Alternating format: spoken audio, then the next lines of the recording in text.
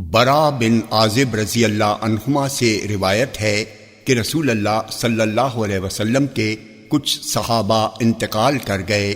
وہ لوگ شراب پیتے تھے، پھر شراب کی حرمت آ گئی تو نبی اکرم صلی اللہ علیہ وسلم کے کچھ صحابہ نے کہا، ہمارے ان ساتھیوں کا کیا حال ہوگا جو شراب پیتے تھے اور وہ مر چکے ہیں؟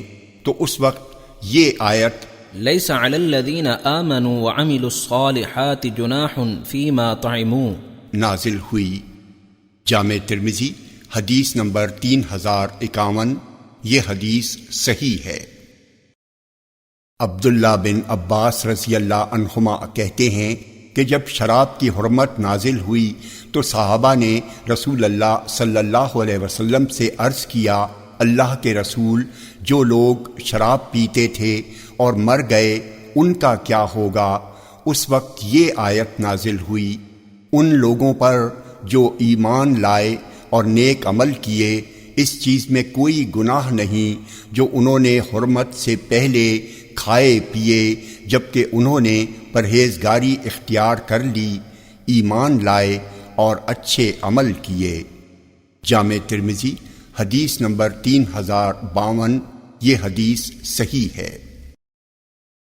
عبداللہ بن مسعود رضی اللہ عنہ کہتے ہیں کہ جب یہ آیت لیس علی الذین آمنوا وعملوا الصالحات جناح فیما طعموا اذا ما اتقوا وآمنوا وعملوا الصالحات نازل ہوئی تو رسول اللہ صلی اللہ علیہ وسلم نے مجھ سے فرمایا، تم انہی میں سے ہو۔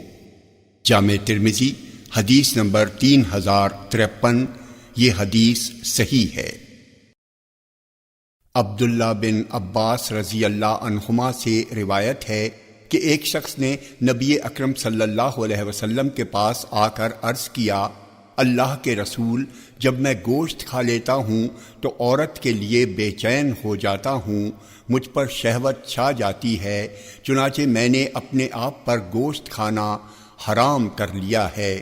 اس پر اللہ نے آیت نازل فرمائی، یا ایہا الذین آمنوا لا تحرموا طیبات ما احل اللہ لکم ولا تعتدوا ان اللہ لا يحب المعتدین وَكُلُوا مِمَّا رَزَقَكُمُ اللَّهُ حَلَالًا طَيِّبًا۔ مسلمانوں، اللہ کی حلال کی ہوئی چیزوں کو حرام مت کرو اور حد سے نہ بڑھو، اللہ حد سے بڑھنے والوں کو دوست نہیں رکھتا، اور جو کچھ اللہ عز و جل نے تمہیں عطا کر رکھا ہے اس میں پاکیزہ حلال کھاؤ۔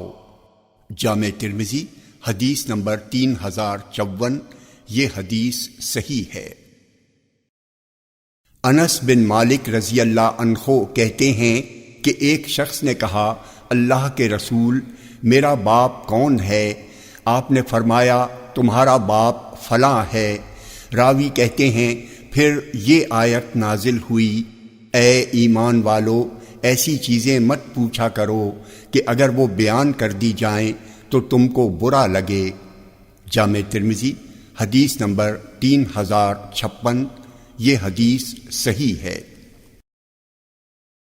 ابو بکر صدیق رضی اللہ عنہ سے روایت ہے، انہوں نے کہا، اے لوگو، تم یہ آیت پڑھتے ہو، یا ایہا الذین آمنوا علیکم انفسکم لا یضرکم من ضل اذا اہتدیتم، اور میں نے رسول اللہ صلی اللہ علیہ وسلم کو یہ کہتے ہوئے سنا بھی ہے کہ جب لوگ ظالم کو ظلم کرتے ہوئے دیکھیں پھر بھی اس کے ہاتھ پکڑ نہ لیں، اسے ظلم کرنے سے روک نہ دیں، تو قریب ہے کہ ان پر اللہ کی طرف سے عمومی عذاب آ جائے اور وہ ان سب کو اپنی گرفت میں لے لے۔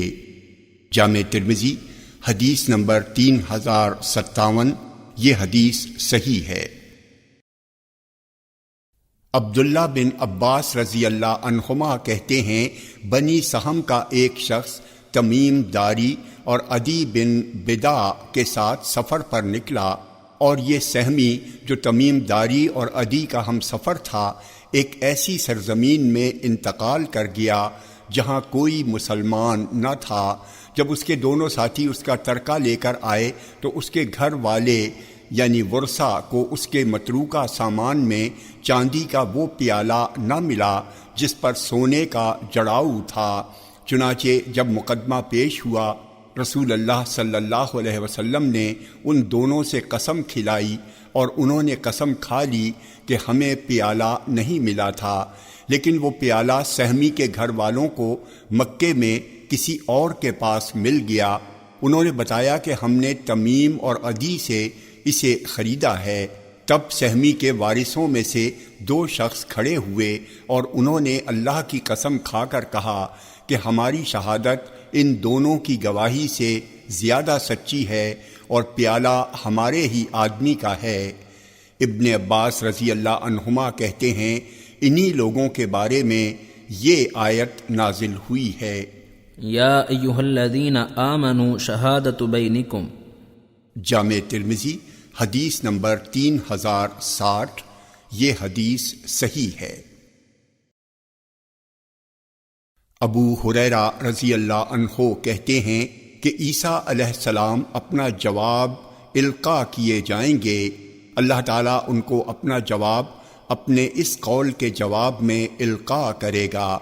وَإِذْ قَالَ اللَّهُ يَا عِيسَى ابْنَ مَرْيَمَ أَأَنْتَ قُلْتَ لِلنَّاسِ اتَّخِذُونِي وَأُمِّيَ إِلَٰهَيْنِ مِن دُونِ اللَّهِ، جب اللہ تعالیٰ قیامت میں کہے گا اے عیسیٰ بن مریم، کیا تم نے لوگوں سے کہا تھا کہ مجھے اور میری ماں کو معبود بنا لو اللہ کو چھوڑ کر؟ ابو ہریرہ رضی اللہ عنہ کہتے ہیں نبی اکرم صلی اللہ علیہ وسلم نے فرمایا، پھر اللہ تعالیٰ عیسیٰ علیہ السلام کو اس کا جواب یہ القاء کرے گا، سبحانک ما یکون لی ان اقول ما لیس لی بحق، پاک ہے تیری ذات، میں بھلا وہ بات کیسے کہہ سکتا ہوں جس کے کہنے کا مجھے کوئی حق نہیں ہے۔ جامع ترمذی حدیث نمبر 3062۔ یہ حدیث صحیح ہے۔ عبداللہ بن عمرو رضی اللہ عنہما کہتے ہیں کہ سب سے آخر میں نازل ہونے والی سورت مائدہ اور سورہ فتح ہے۔ جامع ترمذی حدیث نمبر 3063۔ یہ حدیث حسن ہے۔ جابر بن عبداللہ رضی اللہ عنہما سے روایت ہے کہ جب یہ آیت نازل ہوئی، کہہ دیجئے وہ اللہ قادر ہے اس بات پر کہ وہ تم پر کوئی عذاب بھیج دے اوپر سے یا نیچے سے، تو نبی اکرم صلی اللہ علیہ وسلم نے فرمایا میں تیری ذات کی پناہ لیتا ہوں۔ پھر جب آگے یہ آیت نازل ہوئی، یا تم کو مختلف فریق بنا کر ایک کو دوسرے کی طاقت کا مزہ چکھا دے، تو آپ صلی اللہ علیہ وسلم نے فرمایا یہ دونوں ہی باتیں اللہ کے لیے آسان ہیں۔ جامع ترمذی حدیث نمبر 3065۔ یہ حدیث صحیح ہے۔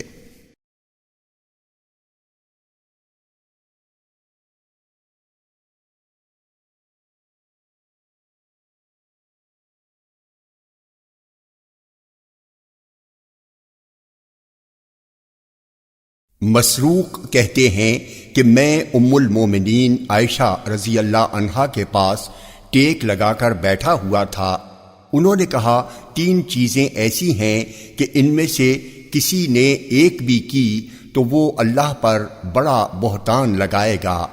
ایک، جس نے خیال کیا کہ محمد صلی اللہ علیہ وسلم نے معراج کی رات میں اللہ کو دیکھا ہے تو اس نے اللہ کی ذات کے بارے میں بڑا بہتان لگایا، کیونکہ اللہ اپنی ذات کے بارے میں کہتا ہے کہ اسے انسانی نگاہیں نہیں پا سکتی اور وہ نگاہوں کو پا لیتا ہے، یعنی اسے کوئی نہیں دیکھ سکتا اور وہ سبھی کو دیکھ لیتا ہے اور اس کی ذات لطیف و خبیر ہے۔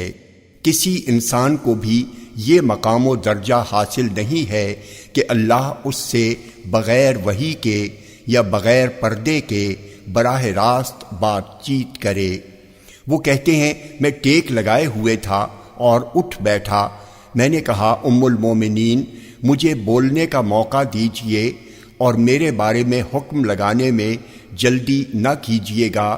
کیا اللہ تعالیٰ نے یہ نہیں فرمایا، بے شک محمد نے اسے تو ایک مرتبہ اور بھی دیکھا تھا، بے شک انہوں نے اسے آسمان کے روشن کنارے پر دیکھا۔ تب عائشہ رضی اللہ عنہا نے کہا، قسم اللہ کی، میں وہ پہلی ذات ہوں جس نے رسول اللہ صلی اللہ علیہ وسلم سے اس کے بارے میں پوچھا۔ آپ نے فرمایا، وہ تو جبرائیل علیہ السلام تھے۔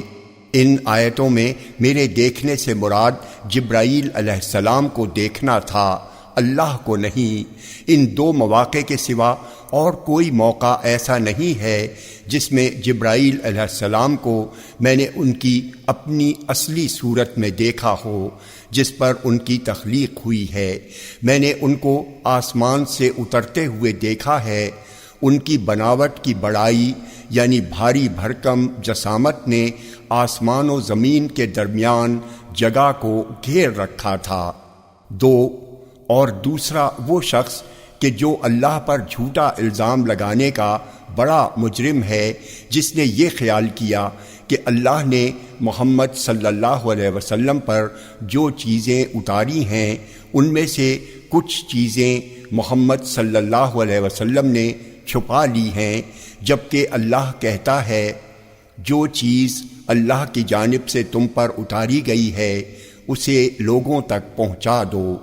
3 وہ شخص بھی اللہ پر جھوٹا الزام لگانے والا ہے جو یہ سمجھے کہ کل کیا ہونے والا ہے، محمد اسے جانتے ہیں، جبکہ اللہ خود کہتا ہے کہ آسمان و زمین میں غیب اللہ کے سوا کوئی نہیں جانتا۔ جامع ترمذی حدیث نمبر 3068، یہ حدیث صحیح ہے۔ عبداللہ بن عباس رضی اللہ عنہما کہتے ہیں کہ کچھ لوگوں نے نبی اکرم صلی اللہ علیہ وسلم کے پاس آ کر عرض کیا، اللہ کے رسول، کیا ہم وہ جانور کھائیں جنہیں ہم ذبح کرتے ہیں اور ان جانوروں کو نہ کھائیں جنہیں اللہ مار دیتا ہے؟ تو اللہ نے فَكُلُوا مِمَّا ذُكِرَ اسْمُ اللَّهِ عَلَيْهِ إِن كُنتُم بِآيَاتِهِ مُؤْمِنِينَ سے وَإِنْ أَطَعْتُمُوهُمْ إِنَّكُمْ لَمُشْرِكُونَ تک آیت نازل فرمائی۔ جامع ترمذی حدیث نمبر 3069، یہ حدیث صحیح ہے۔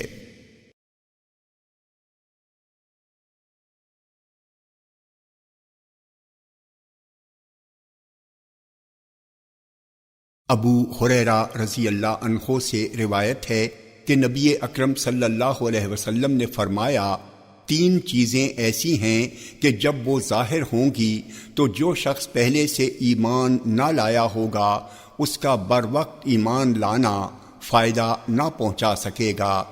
1 دجال کا ظاہر ہونا، 2 چوپائے کا نکلنا، 3 سورج کا مغرب سے نکلنا۔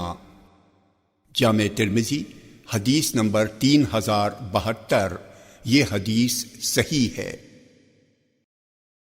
ابو ہریرہ رضی اللہ عنہ سے روایت ہے کہ رسول اللہ صلی اللہ علیہ وسلم نے فرمایا، اللہ تعالی فرماتا ہے اور اس کا فرمان برحق ہے، جب میرا بندہ کسی نیکی کا قصد و ارادہ کرے تو میرے فرشتوں اس کے لیے نیکی لکھ لو، اور اگر وہ اس بھلے کام کو کر گزرے تو اس کے لیے 10 نیکیاں لکھ لو، اور جب وہ کسی برے کام کا ارادہ کرے تو کچھ نہ لکھو، اور اگر وہ برے کام کو کر ڈالے تو صرف 1 گناہ لکھو۔ پھر اگر وہ اسے چھوڑ دے، کبھی راوی نے یہ کہا اور کبھی یہ کہا، دوبارہ اس گناہ کا ارتکاب نہ کرے تو اس کے لیے اس پر بھی 1 نیکی لکھ لو۔ پھر آپ نے یہ آیت من جاء بالحسنۃ فلہ 10 امثالها پڑھی۔ جامع ترمذی حدیث نمبر 3073، یہ حدیث صحیح ہے۔ انس رضی اللہ عنہ کہتے ہیں کہ رسول اللہ صلی اللہ علیہ وسلم نے یہ آیت پڑھی، جب موسیٰ کے رب نے پہاڑ پر اپنی تجلی ڈالی تو تجلی نے اس کے پرخچے اڑا دیے۔ راوی حماد نے کہا، اس طرح پھر راوی سلیمان نے اپنی داہنی انگلی کی پوڑ پر اپنے انگوٹھے کا کنارہ رکھا۔ نبی اکرم صلی اللہ علیہ وسلم نے فرمایا، بس اتنی سی دیر میں پہاڑ زمین میں دھس گیا اور موسیٰ علیہ السلام چیخ مار کر گر پڑے۔ جامع ترمذی حدیث نمبر 3074، یہ حدیث صحیح ہے۔ ابو ہریرہ رضی اللہ عنہ کہتے ہیں کہ رسول اللہ صلی اللہ علیہ وسلم نے فرمایا، جب اللہ نے آدم کو پیدا کیا اور ان کی پیٹھ پر ہاتھ پھیرا تو اس سے ان کی اولاد کی وہ ساری روحیں باہر آ گئیں جنہیں وہ قیامت تک پیدا کرنے والا ہے۔ پھر ان میں سے ہر انسان کی آنکھوں کی بیچ میں نور کی ایک ایک چمک رکھ دی۔ پھر انہیں آدم کے سامنے پیش کیا تو آدم نے کہا، میرے رب، کون ہیں یہ لوگ؟ اللہ نے کہا، یہ تمہاری ذریت ہیں۔ پھر انہوں نے ان میں سے ایک ایسا شخص دیکھا جس کی دونوں آنکھوں کے درمیان کی چمک انہیں بہت اچھی لگی۔ انہوں نے کہا، اے میرے رب، یہ کون ہے؟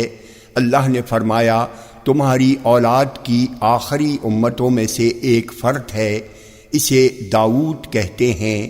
انہوں نے کہا، میرے رب، اس کی عمر کتنی رکھی ہے؟ اللہ تعالیٰ نے کہا، 60 سال۔ انہوں نے کہا، میرے رب، میری عمر میں سے 40 سال لے کر اس کی عمر میں اضافہ فرما دے۔ پھر جب آدم کی عمر پوری ہو گئی تو ملک الموت ان کے پاس آئے تو انہوں نے کہا، کیا میری عمر کے 40 سال ابھی باقی نہیں ہیں؟ تو انہوں نے کہا، کیا تو نے اپنے بیٹے داؤد کو دے نہیں دیے تھے؟ آپ نے فرمایا، تو آدم نے انکار کیا، چنانچہ ان کی اولاد بھی انکاری بن گئی۔ آدم بھول گئے تو ان کی اولاد بھی بھول گئی۔ آدم نے غلطی کی تو ان کی اولاد بھی خطا کار بن گئی۔ جامع ترمذی حدیث نمبر 3076، یہ حدیث صحیح ہے۔ ابو ہریرہ رضی اللہ عنہ کہتے ہیں کہ رسول اللہ صلی اللہ علیہ وسلم نے فرمایا، جب آدم پیدا کیے گئے، آگے پوری حدیث بیان کی ہے۔ جامع ترمذی حدیث نمبر 3078، یہ حدیث صحیح ہے۔ سعد بن ابی وقاص رضی اللہ عنہ کہتے ہیں کہ جنگ بدر کے دن میں ایک تلوار لے کر رسول اللہ صلی اللہ علیہ وسلم کے پاس پہنچا۔ میں نے کہا، اللہ کے رسول، اللہ نے میرا سینہ مشرکین سے ٹھنڈا کر دیا، یعنی انہیں خوب مارا۔ یہ کہا یا ایسا ہی کوئی اور جملہ کہا، راوی کو شک ہو گیا۔ آپ یہ تلوار مجھے عنایت فرما دیں۔ آپ صلی اللہ علیہ وسلم نے فرمایا، یہ نہ میری ہے اور نہ تیری۔ میں نے جی میں کہا، ہو سکتا ہے یہ ایسے شخص کو مل جائے جس نے میرے جیسا کارنامہ جنگ میں نہ انجام دیا ہو۔ میں حسرت و یاس میں ڈوبا ہوا آپ کے پاس سے اٹھ کر چلا آیا تو میرے پیچھے رسول اللہ صلی اللہ علیہ وسلم کا قاصد آیا اور اس نے آپ کی طرف سے کہا، تم نے مجھ سے تلوار مانگی تھی، تب وہ میری نہ تھی، اور اب وہ بحکم الہی میرے اختیار میں آ گئی ہے، تو اب وہ تمہاری ہے، میں اسے تمہیں دیتا ہوں۔ راوی کہتے ہیں، اسی موقع پر یسالونک عن الانفال والی آیت نازل ہوئی۔ جامع ترمذی حدیث نمبر 3079، یہ حدیث صحیح ہے۔ عمر بن خطاب رضی اللہ عنہ کہتے ہیں کہ جنگ بدر کے موقع پر رسول اللہ صلی اللہ علیہ وسلم نے مشرکین مکہ پر ایک نظر ڈالی۔ وہ 1000 تھے اور آپ کے صحابہ 310 اور کچھ، کل 313 تھے۔ پھر آپ قبلہ رخ ہو گئے اور اپنے دونوں ہاتھ اللہ کے حضور پھیلا دیے اور اپنے رب کو پکارنے لگے، اے میرے رب، مجھ سے اپنا کیا ہوا وعدہ پورا فرما دے۔ جو کچھ تو نے مجھے دینے کا وعدہ فرمایا ہے اسے عطا فرما دے۔ اے میرے رب، اگر اہل اسلام کی اس مختصر جماعت کو تو نے ہلاک کر دیا تو پھر زمین پر تیری عبادت نہ کی جا سکے گی۔ آپ قبلے کی طرف منہ کیے ہوئے، اپنے دونوں ہاتھ پھیلائے ہوئے اپنے رب کے سامنے گڑ گڑاتے رہے، یہاں تک کہ آپ کی چادر آپ کے دونوں کندھوں پر سے گر پڑی۔ پھر ابو بکر رضی اللہ عنہ نے آ کر آپ کی چادر اٹھائی اور آپ کے کندھوں پر ڈال کر پیچھے ہی سے آپ سے لپٹ کر کہنے لگے، اللہ کے نبی، بس کافی ہے آپ کی اپنے رب سے اتنی ہی دعا، اللہ نے آپ سے جو وعدہ کر رکھا ہے وہ اسے پورا کرے گا انشاءاللہ۔ پھر اللہ نے یہ آیت نازل فرمائی، اذ تستغیثون ربکم فاستجاب لکم انی ممدکم بألف من الملائکۃ مردفین۔ جامع ترمذی حدیث نمبر 3081، یہ حدیث صحیح ہے۔ عقبہ بن عامر رضی اللہ عنہ سے روایت ہے کہ رسول اللہ صلی اللہ علیہ وسلم نے منبر پر آیت تم کافروں کے مقابلے کے لیے جتنی قوت فراہم کر سکتے ہو کرو پڑھی اور فرمایا قوت سے مراد تیر اندازی ہے۔ آپ نے یہ بات 3 بار کہی، سنو ان قریب اللہ تمہیں زمین پر فتح دے دے گا اور تمہیں مستغنی اور بے نیاز کر دے گا، تو ایسا ہرگز نہ ہو کہ تم میں سے کوئی بھی نیزہ بازی اور تیر اندازی سے عاجز و غافل ہو جائے۔ جامع ترمذی حدیث نمبر 3083، یہ حدیث صحیح ہے۔ ابو ہریرہ رضی اللہ عنہ سے روایت ہے کہ نبی اکرم صلی اللہ علیہ وسلم نے فرمایا، تم مسلمانوں سے پہلے کسی کالے بالوں والے، مراد ہے انسان، کے لیے اموال غنیمت حلال نہ تھے۔ آسمان سے ایک آگ آتی اور غنائم کو کھا جاتی۔ سلیمان آمش کہتے ہیں، اسے ابو ہریرہ کے سوا اور کون کہہ سکتا ہے؟ اس وقت بدر کی لڑائی کے وقت مسلمانوں کا حال یہ ہوا کہ قبل اس کے کہ اموال غنیمت تقسیم کر کے ہر ایک کو دے کر ان کے لیے حلال کر دی جاتی، وہ لوگ اموال غنیمت پر ٹوٹ پڑے۔ اس وقت اللہ نے یہ آیت نازل فرمائی، اگر پہلے سے تمہارے حق میں اللہ کی جانب سے لکھا نہ جا چکا ہوتا تاکہ تمہیں غنائم ملیں گے تو تمہیں تمہارے اس کے لینے کے سبب سے بڑا عذاب پہنچتا۔ جامع ترمذی حدیث نمبر 3085، یہ حدیث صحیح ہے۔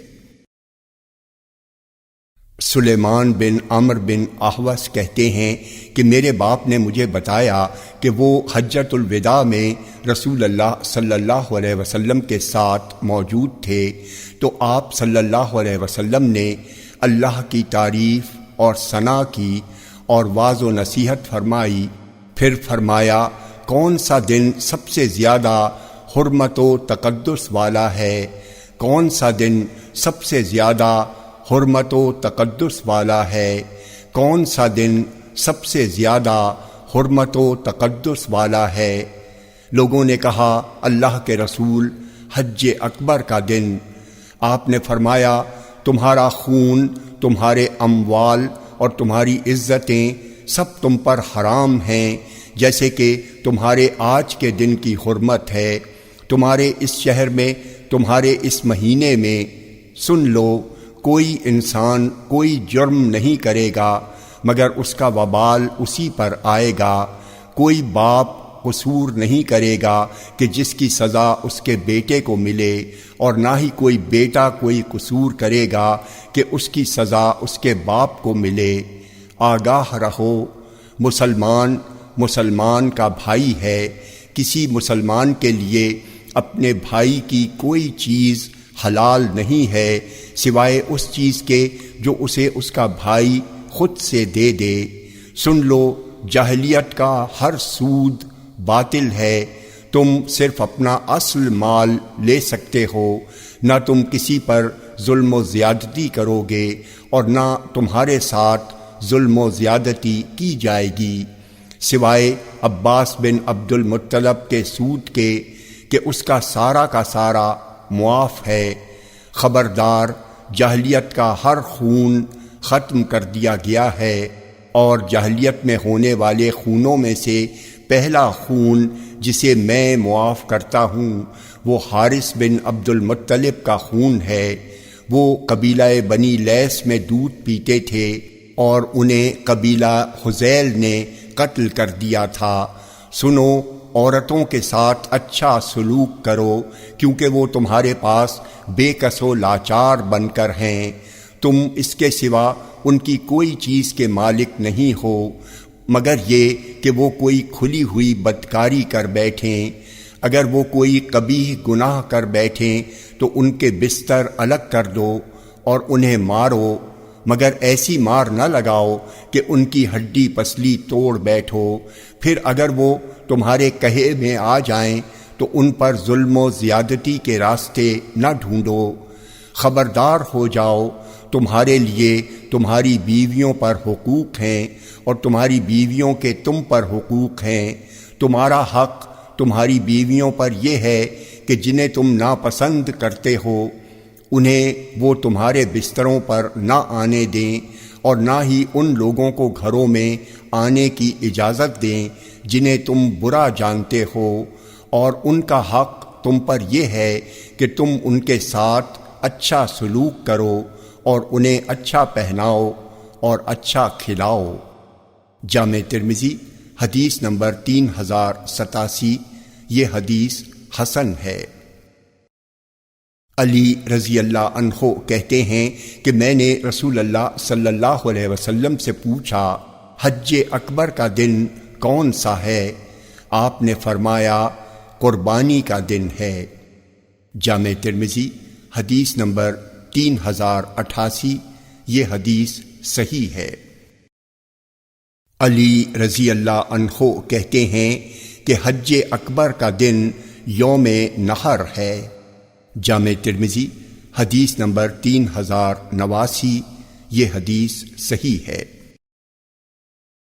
انس بن مالک رضی اللہ عنہ کہتے ہیں، نبی اکرم صلی اللہ علیہ وسلم نے سورہ برات ابو بکر رضی اللہ عنہ کے ساتھ بھیجی، پھر آپ نے انہیں بلا لیا، فرمایا، میرے خاندان کے کسی فرد کے سوا کسی اور کے لیے مناسب نہیں ہے کہ وہ جا کر یہ پیغام وہاں پہنچائے، اس لیے تم اسے لے کر نہ جاؤ۔ پھر آپ نے علی رضی اللہ عنہ کو بلایا اور انہیں سورہ برات دے کر مکہ بھیجا۔ جامع ترمذی حدیث نمبر 3090، یہ حدیث صحیح ہے۔ عبداللہ بن عباس رضی اللہ عنہما کہتے ہیں کہ نبی اکرم صلی اللہ علیہ وسلم نے ابو بکر رضی اللہ عنہ کو مکہ بھیجا کہ وہاں پہنچ کر لوگوں میں ان کلمات سورہ توبہ کی ابتدائی آیات کی منادی کر دیں۔ پھر ان کے بھیجنے کے فوراً بعد ہی ان کے پیچھے آپ نے علی رضی اللہ عنہ کو بھیجا۔ ابو بکر رضی اللہ عنہ ابھی کسی جگہ راستے ہی میں تھے کہ انہوں نے اچانک رسول اللہ صلی اللہ علیہ وسلم کی اونٹنی قصوہ کی بلبلاہٹ سنی، گھبرا کر خیمے سے باہر آئے۔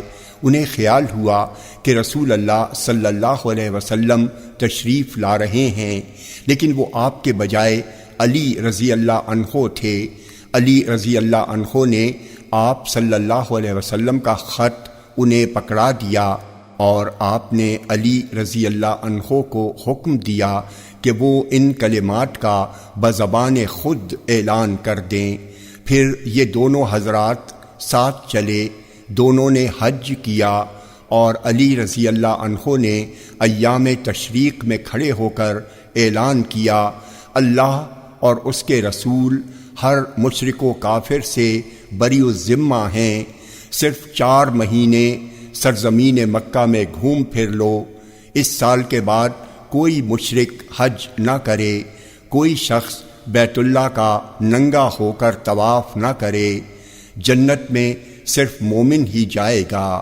علی رضی اللہ عنہ اعلان کرتے رہے، جب وہ تھک جاتے تو انہی کلمات کا ابو بکر رضی اللہ عنہ اعلان کرنے لگتے۔ جامع ترمذی حدیث نمبر 3091، یہ حدیث صحیح ہے۔ زید بن یسیع کہتے ہیں کہ میں نے علی رضی اللہ عنہ سے پوچھا، آپ حج میں کیا پیغام لے کر بھیجے گئے تھے؟ کہا، میں 4 چیزوں کا اعلان کرنے کے لیے بھیجا گیا تھا۔ ایک یہ کہ کوئی ننگا بیت اللہ کا طواف آئندہ نہیں کرے گا۔ دوسرے یہ کہ جس کافر اور نبی اکرم صلی اللہ علیہ وسلم کے درمیان کوئی معاہدہ ہے، وہ معاہدہ مدت ختم ہونے تک قائم رہے گا، اور جن کا کوئی معاہدہ نہیں ہے ان کے لیے 4 ماہ کی مدت ہوگی۔ تیسرے یہ کہ جنت میں صرف ایمان والا ہی داخل ہو سکے گا۔ چوتھے یہ کہ اس سال کے بعد مسلم کے ساتھ مشرک مل کر حج نہ کر سکیں گے۔ جامع ترمذی حدیث نمبر 3092، یہ حدیث صحیح ہے۔ ثوبان رضی اللہ عنہ کہتے ہیں کہ جب آیت اور جو لوگ سونے چاندی کا خزانہ رکھتے ہیں اور اسے اللہ کی راہ میں خرچ نہیں کرتے تو آپ انہیں دردناک عذاب کی خوشخبری سنا دیجئے، نازل ہوئی۔ اس وقت ہم نبی اکرم صلی اللہ علیہ وسلم کے ساتھ ایک سفر میں تھے۔ آپ کے بعض صحابہ نے کہا، سونے اور چاندی کے بارے میں جو اترا سو اترا، یعنی اس کی مذمت آئی۔ اگر ہم جانتے کہ کون سا مال بہتر ہے تو اسی کو اپناتے۔ آپ نے فرمایا، بہترین مال یہ ہے کہ آدمی کے پاس اللہ کو یاد کرنے والی زبان ہو، شکر گزار دل ہو، اور اس کی بیوی ایسی مومنہ عورت ہو جو اس کے ایمان کو پختہ تر بنانے میں مددگار ہو۔ جامع ترمذی حدیث نمبر 3094، یہ حدیث صحیح ہے۔ عدی بن حاتم رضی اللہ عنہ کہتے ہیں کہ میں نبی اکرم صلی اللہ علیہ وسلم کے پاس آیا، میری گردن میں سونے کی سلیب لٹک رہی تھی۔ آپ نے فرمایا، عدی، اس بت کو نکال کر پھینک دو۔ میں نے آپ کو سورہ توبہ کی آیت اتخذوا احبارهم ورهبانهم اربابا من دون اللہ، انہوں نے اللہ کو چھوڑ کر اپنے عالموں اور راہبوں کو معبود بنا لیا ہے، پڑھتے ہوئے سنا۔ آپ نے فرمایا، وہ لوگ ان کی عبادت نہ کرتے تھے، لیکن جب وہ لوگ کسی چیز کو حلال کہہ دیتے تھے تو وہ لوگ اسے حلال جان لیتے تھے، اور جب وہ لوگ ان کے لیے کسی چیز کو حرام ٹھہرا دیتے تو وہ لوگ اسے حرام جان لیتے تھے۔ جامع ترمذی حدیث نمبر 3095، یہ حدیث حسن ہے۔ ابو بکر رضی اللہ عنہ کہتے ہیں، میں اور نبی اکرم صلی اللہ علیہ وسلم دونوں جب غار میں تھے تو میں نے آپ صلی اللہ علیہ وسلم سے کہا کہ اگر ان کافروں میں سے کوئی اپنے قدموں کی طرف نظر ڈالے تو ہمیں اپنے قدموں کے نیچے غار میں دیکھ لے گا۔ آپ نے فرمایا، ابو بکر، تمہارا ان 2 کے بارے میں کیا خیال و گمان ہے جن کا تیسرا ساتھی اللہ ہو؟ جامع ترمذی حدیث نمبر 3096، یہ حدیث صحیح ہے۔ عبداللہ بن عباس رضی اللہ عنہما کہتے ہیں کہ میں نے عمر بن خطاب رضی اللہ عنہ کو کہتے ہوئے سنا کہ جب منافقوں کا سردار عبداللہ بن ابی مرا تو رسول اللہ صلی اللہ علیہ وسلم اس کی نماز جنازہ پڑھنے کے لیے بلائے گئے۔ آپ کھڑے ہو کر اس کی طرف بڑھے اور اس کے سامنے کھڑے ہو کر نماز پڑھانے کا ارادہ کر ہی رہے تھے کہ میں لپک کر آپ کے سینے کے سامنے جا کھڑا ہوا۔ میں نے کہا، اللہ کے رسول، کیا آپ اللہ کے دشمن عبداللہ بن ابی کی نماز پڑھنے جا رہے ہیں جس نے فلاں فلاں دن ایسا اور ایسا کہا تھا؟ وہ اس کے بے ادبی اور بدتمیزی کے دن گن گن کر بیان کرنے لگے۔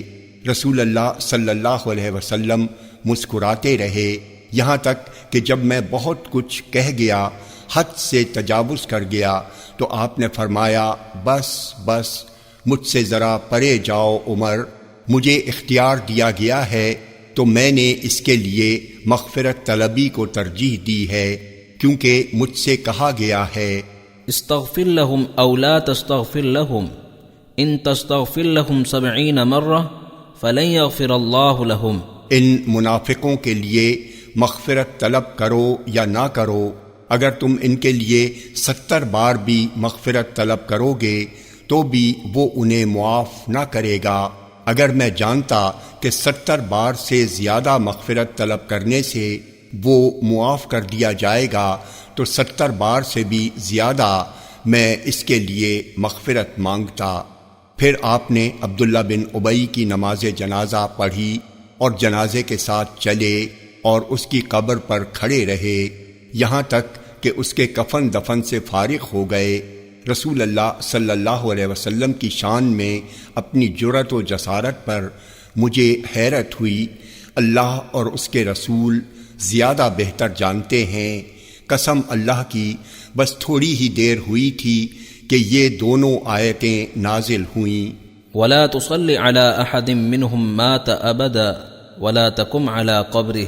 ان میں سے کسی منافق کی جو مر جائے نماز جنازہ کبھی نہ پڑھو اور نہ اس کی قبر پر کھڑے رہو۔ اس کے بعد رسول اللہ صلی اللہ علیہ وسلم نے اپنے مرنے تک کبھی بھی کسی منافق کی نماز جنازہ نہیں پڑھی اور نہ ہی اس کی قبر پر کھڑے ہو کر دعا فرمائی۔ جامع ترمذی حدیث نمبر 3097، یہ حدیث صحیح ہے۔ عبداللہ بن عمر رضی اللہ عنہما کہتے ہیں کہ عبداللہ بن ابی کے باپ کا جب انتقال ہوا تو وہ رسول اللہ صلی اللہ علیہ وسلم کے پاس آئے اور کہا کہ آپ اپنی قمیص ہمیں عنایت فرما دیں، میں انہیں اس میں کفن دوں گا اور ان کی نماز جنازہ پڑھ دیجئے اور ان کے لیے استغفار فرما دیجئے۔ تو آپ نے عبداللہ کو اپنی قمیص دے دی اور فرمایا جب تم غسل وغیرہ سے فارغ ہو جاؤ تو مجھے خبر دو۔ پھر جب آپ نے نماز پڑھنے کا ارادہ کیا تو عمر رضی اللہ عنہ نے آپ کو کھینچ لیا اور کہا کیا اللہ نے آپ کو منافقین کی نماز پڑھنے سے منع نہیں فرمایا؟ آپ نے فرمایا مجھے 2 چیزوں استغفر لهم او لا تستغفر لهم، ان کے لیے استغفار کرو یا نہ کرو میں سے کسی ایک کے انتخاب کا اختیار دیا گیا ہے۔ چنانچہ آپ نے اس کی نماز پڑھی جس پر اللہ نے آیت ولا تصل على احد منهم مات ابدا ولا تقم على قبره نازل فرمائی، تو آپ نے ان منافقوں پر نماز جنازہ پڑھنی چھوڑ دی۔ جامع ترمذی حدیث نمبر 3098، یہ حدیث صحیح ہے۔ ابو سعید خدری رضی اللہ عنہ کہتے ہیں کہ 2 آدمی اس مسجد کے بارے میں اختلاف کر بیٹھے جس کی تاسیس و تعمیر پہلے دن سے تقویٰ پر ہوئی ہے کہ وہ کون سی ہے۔ ایک شخص نے کہا وہ مسجد قباء ہے اور دوسرے نے کہا وہ رسول اللہ صلی اللہ علیہ وسلم کی مسجد ہے۔ تب آپ نے فرمایا وہ میری یہی مسجد یعنی مسجد نبوی ہے۔ جامع ترمذی حدیث نمبر 3099، یہ حدیث صحیح ہے۔ ابو ہریرہ رضی اللہ عنہ سے روایت ہے کہ نبی اکرم صلی اللہ علیہ وسلم نے فرمایا، آیت فیہ رجال یحبون ان یتطہروا واللہ یحب المطہرین، اس میں وہ لوگ ہیں جو پسند کرتے ہیں کہ وہ پاک رہیں اور اللہ پاک رکھنے والوں کو محبوب رکھتا ہے۔ اہل قباء کے بارے میں نازل ہوئی، ان کی عادت تھی کہ وہ استنجا پانی سے کرتے تھے، تو ان کی شان میں یہ آیت نازل ہوئی۔ جامع ترمذی حدیث نمبر 3100، یہ حدیث صحیح ہے۔